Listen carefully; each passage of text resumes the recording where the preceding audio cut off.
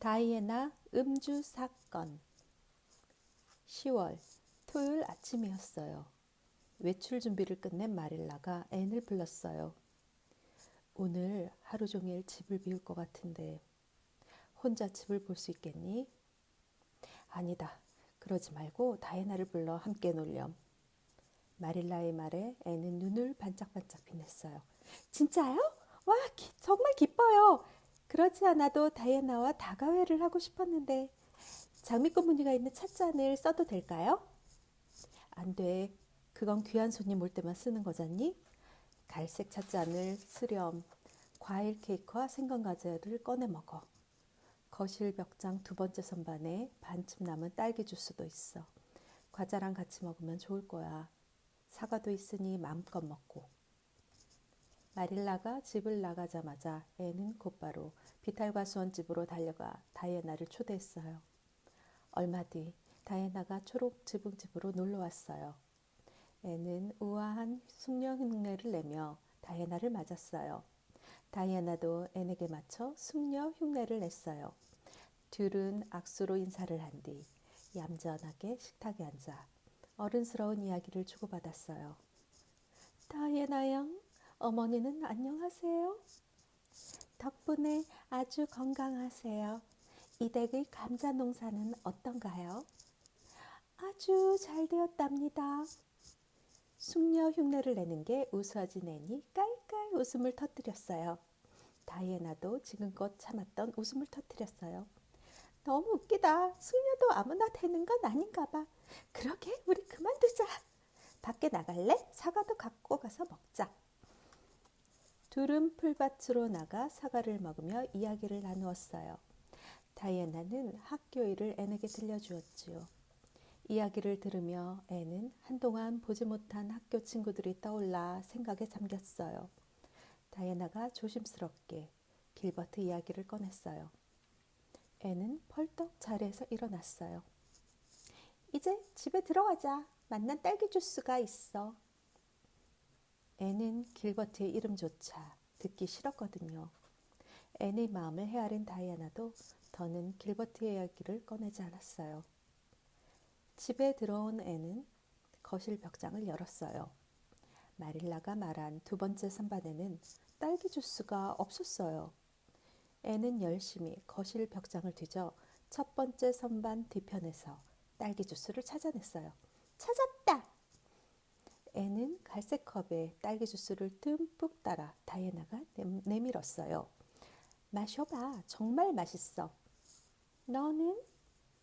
아까 사과를 너무 많이 먹었나 봐. 배가 불러 못 먹겠어. 다이애나는 딸기 주스를 한 번에 쭉 들이켰어요. 정말 최고야.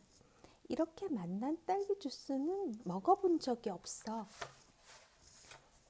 다행이다. 많이 있으니까 마음껏 마셔. 한 잔, 두 잔, 세 잔. 다이애나가 잔을 비울 때마다 앤은 바로바로 딸기 주스를 가득 따라주며 이런저런 이야기를 제잘댔어요. 케이크를 만들며 상상에 빠지는 바람에 밀가루를 빼먹은 이야기. 상상을 하다 푸딩 소스 뚜껑 닫는 걸 깜빡한 이야기 따위를 한참 동안 늘어놓고 있을 때였어요. 갑자기 다이애나가 자리에서 일어나려다 휘청 다시 주저앉았어요. 그러고는 손으로 머리를 감싸주고는 혀 꼬부라진 소리를 냈어요. 머리가 아파. 집에 갈래. 다이애나, 아직 먹을 게 많이 남았어. 과일 케이크랑 생강 과자도 안 먹었는걸?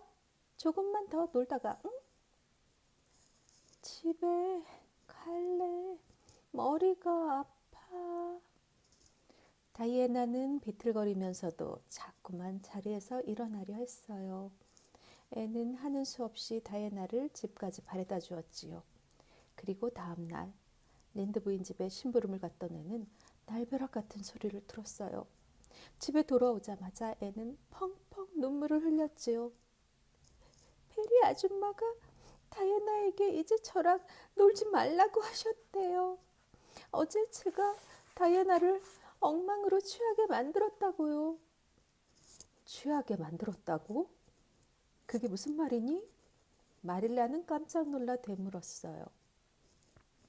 몰라요. 저는 그냥 딸기 주스를 줬을 뿐인데 저는 정말 다이애나가 딸기 주스 세 잔에 취할 거라곤 상상도 못했어요. 마릴라는 화들짝 놀라며 거실 벽장을 열었어요.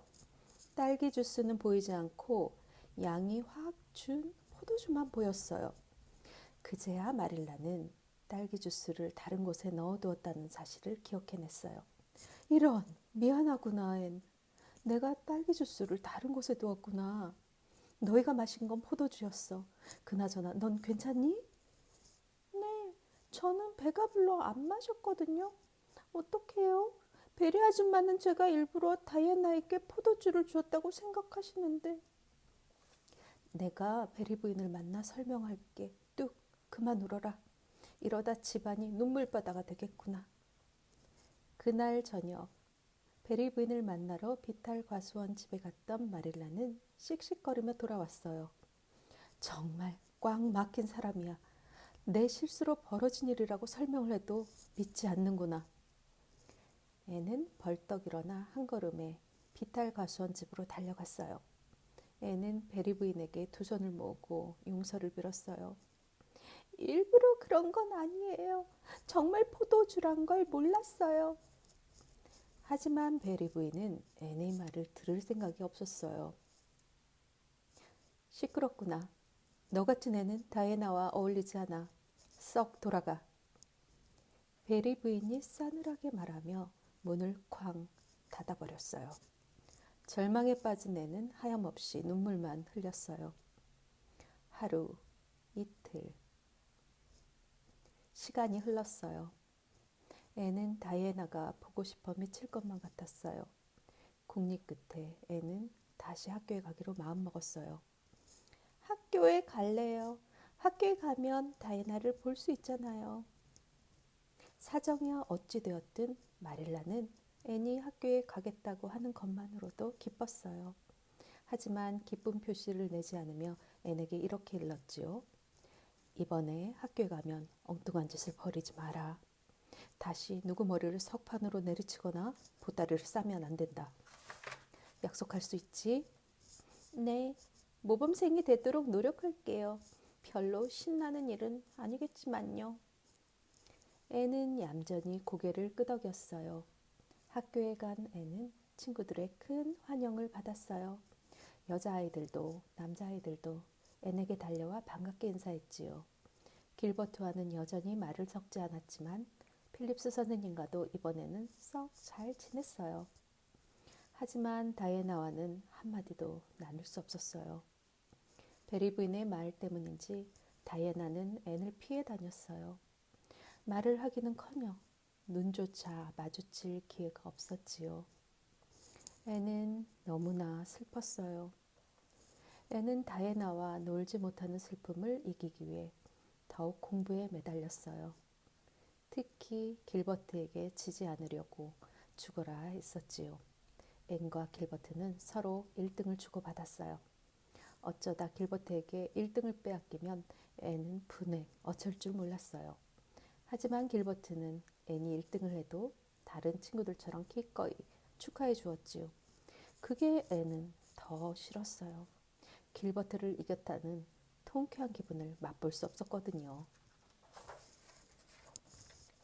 그렇게 시간이 흘러 1월이 되었어요. 이웃 마을에 유명한 정치가가 온다는 소식에 에이번리 마을이 들썩였어요. 마을 어른들은 정치가를 만나기 위해 이웃마을로 우르르 몰려갔어요. 마릴라와 린드 부인, 베리 부인도 이웃마을로 갔지요. 초록 지붕집에는 앤과 매슈만이 남아 있었어요. 반쯤 졸며 신문을 읽고 있는 매슈 옆에서 앤은 다음날 볼 시험에 대비해 공부를 하고 있었지요. 그때 급한 발소리가 나더니 다이애나가 우당탕 집 안으로 뛰어들었어요. 앤, 도와줘. 내 동생 미니 메이가 아파. 열이 펄펄 나. 후두염을 앓고 있었는데 심해진 것 같아. 엄마도 아빠도 이웃 마을에 가고 없는데.